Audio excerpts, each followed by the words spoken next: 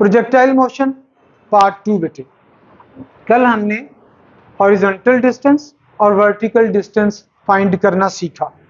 कोई स्टूडेंट मुझे horizontal distance की इक्वेशन रिमाइंड करवाए। x is equal to V I X T. V I X क्या है?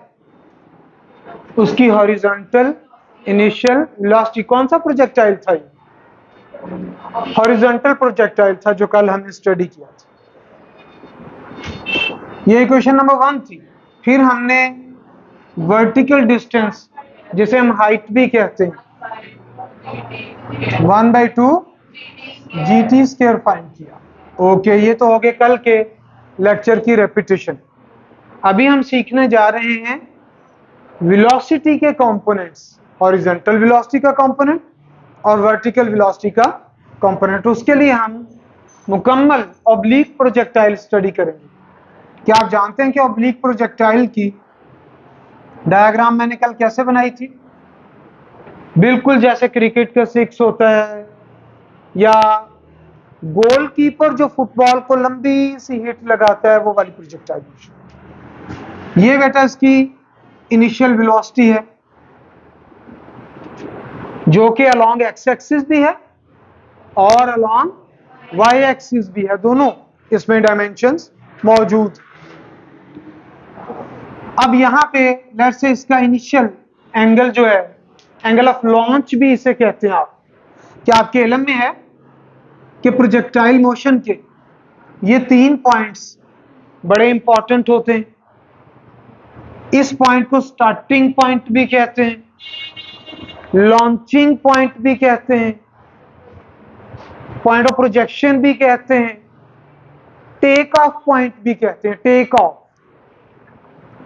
और इस पॉइंट को, इसके भी कई नाम हैं, लैंडिंग पॉइंट, टारगेट, ठीक है, या एंडिंग पॉइंट कह लें, जहां पे प्रोजेक्टाइल ने अपनी मोशन का इख्तिताम कर।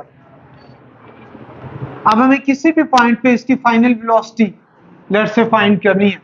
फाइनल वेलोसिटी का हॉरिजॉन्टल कंपोनेंट फाइंड करना है लेट्स से, या वर्टिकल कंपोनेंट फाइंड करना है, तो हम यूज करेंगे फर्स्ट इक्वेशन ऑफ मोशन, पहले हॉरिजॉन्टल कंपोनेंट ऑफ वेलोसिटी।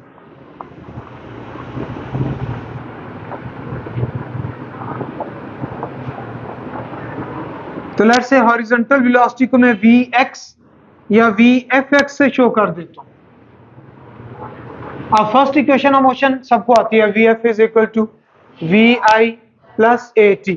तो मैं यहां पे ऐसे ही लिखता हूं Vi प्लस AT, लेकिन क्योंकि हम अलोंग एक्स एक्सिस के लिए डिस्कस कर रहे हैं, तो मैं सारे कंपोनेंट्स को अलोंग एक्स एक्सिस के लिए चेंज कर दूंगा। लेकिन मैंने टाइम के साथ एक्स क्यों नहीं लगाया? टाइम का कोई हॉरिजॉन्टल कंपोनेंट, कोई वर्टिकल कंपोनेंट नहीं होता। लेकिन व्हाट इज दिस, मैंने एक्सेलरेशन को क्यों 0 पुट कर दिया अलोंग एक्स एक्सिस? क्योंकि कल हमने डिस्कस किया था there is no force along X axis, so there is no acceleration along X axis. तो ये इक्वेशन हमें क्या बता रही है भाई? ये इक्वेशन कह रही है final velocity must be equal to, इसका मतलब है there is no change in, where there is no acceleration, there is no change in, so velocity remains constant along x axis। बड़ा इंपॉर्टेंट एमसीक्यू हो गया कि प्रोजेक्टाइल मोशन में along x axis velocity remains constant। तो मैं यहां पे constant लिख देता हूं। लेकिन सम टाइम हम इसे इस तरह भी लिख देते हैं। कोई स्टूडेंट रिस्पॉन्स करेगा ये cos थीटा कहां से आ गया भाई? यस, x कंपोनेंट में हमेशा cos थीटा लगाते हैं और y कंपोनेंट में हम sin थीटा लगाते हैं। अब इसी तरह हम सीखेंगे वर्टिकल कंपोनेंट वेलोसिटी का। स्टूडेंट आप इसे Vy भी कह सकते हो, Vfy भी कह सकते हो। अगेन मैं इसे फर्स्ट इक्वेशन ऑफ मोशन से सॉल्व कर रहा हूं, लेकिन अब के वर्टिकल मोशन है तो मैंने x की बजाय किससे चेंज कर दिया इसको? y कंपोनेंट से चेंज कर दिया। अब मुझे रिमाइंड करवाएं जरा कि एक्सेलरेशन अलोंग y एक्सिस किसके इक्वल था? g के इक्वल था। लेकिन यहां पे बड़ा ही जबरदस्त पॉइंट है, मैंने माइनस g लगा दिया। रीजन क्या है इसकी कि इनिशियल वेलोसिटी अपवर्ड जबकि ग्रेविटी, तो यहां पे ये माइनस साइन ये शो कर रहा है कि acceleration is opposite to initial velocity. Acceleration is opposite to initial velocity, तो ये माइनस जी में चेंज हो जाएगा। तो ये पूरी इक्वेशन दोबारा से लिखते हैं।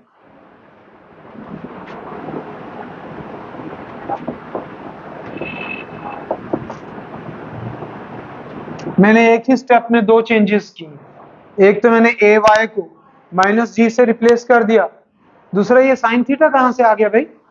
वी आई वाई कॉम्पोनेंट को हमने किससे रिप्लेस कर दिया?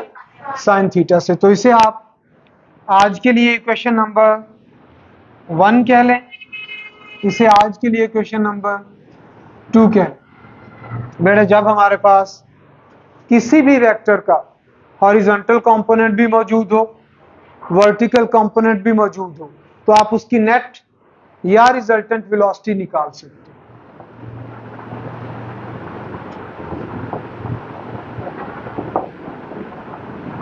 तो रिजल्टेंट वेलोसिटी कंपोनेंट्स की मदद से कैसे निकालते हैं बेटे?